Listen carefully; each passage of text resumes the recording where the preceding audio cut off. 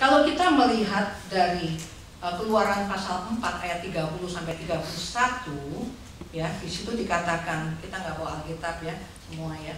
Jadi kalau yang bawa Alkitab silakan buka. Harun mengucapkan segala firman yang telah diucapkan Tuhan kepada Musa, serta membuat di depan bangsa itu tanda-tanda mujizat itu. Ayat ke-31, lalu percayalah bangsa itu, dan ketika mereka mendengar bahwa Tuhan telah mengindahkan orang Israel dan telah melihat kesengsaraan mereka, maka berlututlah mereka dan bersujud menyembah.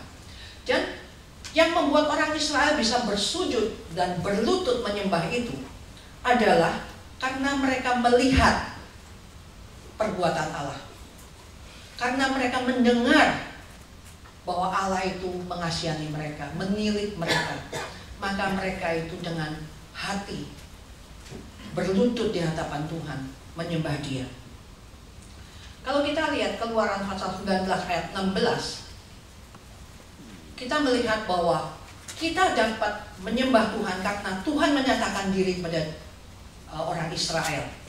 Ya, kalau di Keluaran pasal 19 ayat 16 dikatakan, dan terjadilah pada hari ketiga, pada waktu itu terbit fajar dan huruf dan kilat dan awan padat di atas gunung dan bunyi sangkakala yang sangat keras, sehingga gemetarlah seluruh bangsa yang ada di perkemahan itu. Lalu Musa membawa bangsa itu keluar dari perkemahan untuk menjumpai Allah, dan berdirilah mereka pada kaki gunung. Gunung Sinai ditutup di seluruh dengan asap, karena Tuhan turun ke atasnya dalam api. Asapnya membumbung seperti asap dapur, dan seluruh gunung itu gemetar sangat. Bunyilah sangkakala kian lama kian keras, berbicara Musa, lalu Allah menjawabnya dalam huruf. Maka orang Israel itu gemetar melihat tanda-tanda di mana Allah itu akan hadir. Apa? Guntur, asap, ya, itu apa? Halilintar, ya, itu tanda-tanda Allah, ya, mau hadir, mau berbicara dengan orang Israel. Ya, jadi waktu mereka melihat semuanya ini, mereka dengan hati yang gemetar, ya, mereka dipimpin oleh Musa untuk menerima Allah, menyambut Allah, menyambut kedatangannya, ya. Maka dikatakan bahwa ibadah itu hanya bisa dimulai kalau Allah menyatakan diri, ya. Nah, makanya Dr. Lieblatt mengatakan the true worship is initiated by God. Without God revelation, we cannot worship Him. Ya. Masalahnya sekarang kita di gereja, kita nggak mungkin melihat halilintar atau melihat asap yang dilihat oleh orang Israel, mendengar bunyi-bunyian sangkakala, ya, kita nggak mungkin melihat, ya kan? Nah, sekarang gimana caranya? Maka gereja memakai prelude. Prelude itu adalah suatu bunyi-bunyian musik yang menyatakan akan kehadiran Allah. Jadi begitu lonceng bunyi, mungkin dengan suara lonceng, mungkin dengan suara handbell, mungkin dengan suara organ, ya, itu begitu dimainkan, maka kita tahu worship kita sudah mulai. Tuhan sudah ada di tengah-tengah kita untuk siap untuk menerima worship kita. Ya, nah masalahnya hari ini kita tidak bisa dengan antusias mengikuti worship itu karena kita tidak melihat kehadiran Allah di tengah-tengah kita dengan mata rohani kita. Tapi kalau dengan mata rohani kita bisa melihat kehadiran Allah di tengah-tengah kita, maka waktu kita menyanyi pun besar setiamu, kita melihat Allah, Tuhan Engkau tuh besar setiamu, ya. Itu kita baru bisa in worshipnya.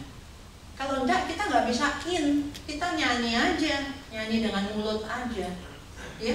Jadi kita harus bisa melihat dengan mata rohani kita bahwa Tuhan itu hadir di tengah-tengah kita, ya, yang disignalkan dengan apa? Prelude itu, ya, prelude atau dengan lonceng tong tang tang gereja itu, ya.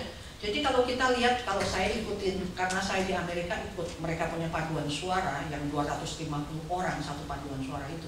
Saya perhatikan, setiap kali lonceng gereja berbunyi, itu pintu-pintu semua tutup.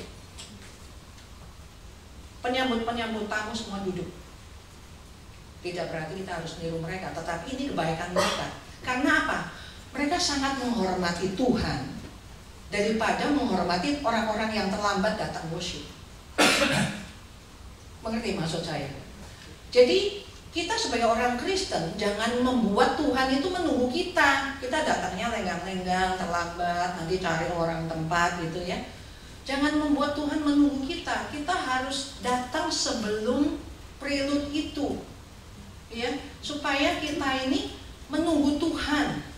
Jadi orang Amerika itu semua tutup semua, ushernya semua duduk semua. Jadi kalau kamu terlambat, kamu harus buka pintu sendiri, masuk sendiri, nyelinap sendiri, gitu ya. Jadi secara psikologi kamu juga rasanya nggak enak gitu, karena saya terlambat gitu ya. Jadi ini ada baiknya juga sebetulnya. Jadi jangan sampai kita terlambat, ya. Karena worship itu dimulai dengan kehadiran Allah, pernyataan Allah, ya, yang disignalkan melalui bunyi-bunyian lonceng atau melalui bunyi-bunyian organ itu sendiri. Kedua, yang disebut the true worship is man natural response to God. Jadi secara otomatis kita harus respon kepada Allah setelah kita melihat kehadiran Allah itu sendiri. Di Keluaran pasal 33 ayat 10 dikatakan, pada waktu setelah seluruh bangsa itu melihat bahwa tiang awan berhenti di pintu kemah, maka mereka bangun dan sujud menyembah masing-masing di pintu kemahnya. Jadi begitu orang Israel melihat tiang awan itu berhenti di kemah tent of meeting itu, maka orang Israel gak ada orang yang nyuruh, bangun dong, ayo bangun, kita mau menyembah Allah. Enggak, mereka dengan otomatis bangun sendiri karena dia tahu Allah hadir. Dia bangun dan dia berlutut di depan pintu kemahnya masing-masing. Nah, ini yang perlu kita miliki di dalam ibadah kita hari ini, ya. Nah, maka dikatakan bahwa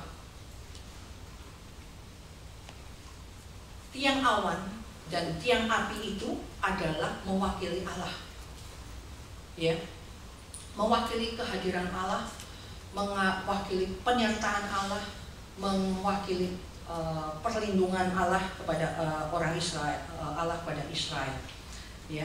Nah, hari ini apakah kalau kita benar-benar di antara orang Israel itu melihat tiang awan turun, saya kira kita pasti kayak orang Israel, langsung kita berlutut, kita nggak berani, apa ya itu ya, nggak mungkin.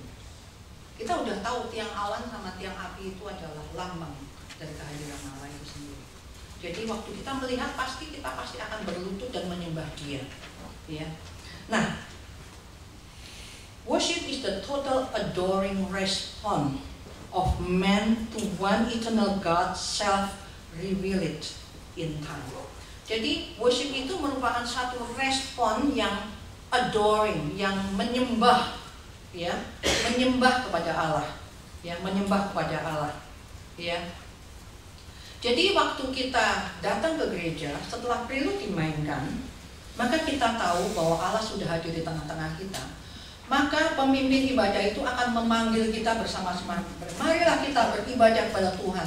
Marilah kita memuji Allah. Terus jemaat mulai memuji. Besar setiamu, atau dancing my soul, my savior, gitu ya. Pokoknya kita menyanyikan satu lagu puji-pujian. Tapi seringkali jemaat nggak punya respon yang aktif. Karena apa? Mereka nggak tahu sebetulnya kita nyanyi itu untuk apa. Sebetulnya kita nyanyi itu untuk meresponi Allah, kehadiran Allah itu. Begitu Allah datang, kita memuji kebesarannya, ya.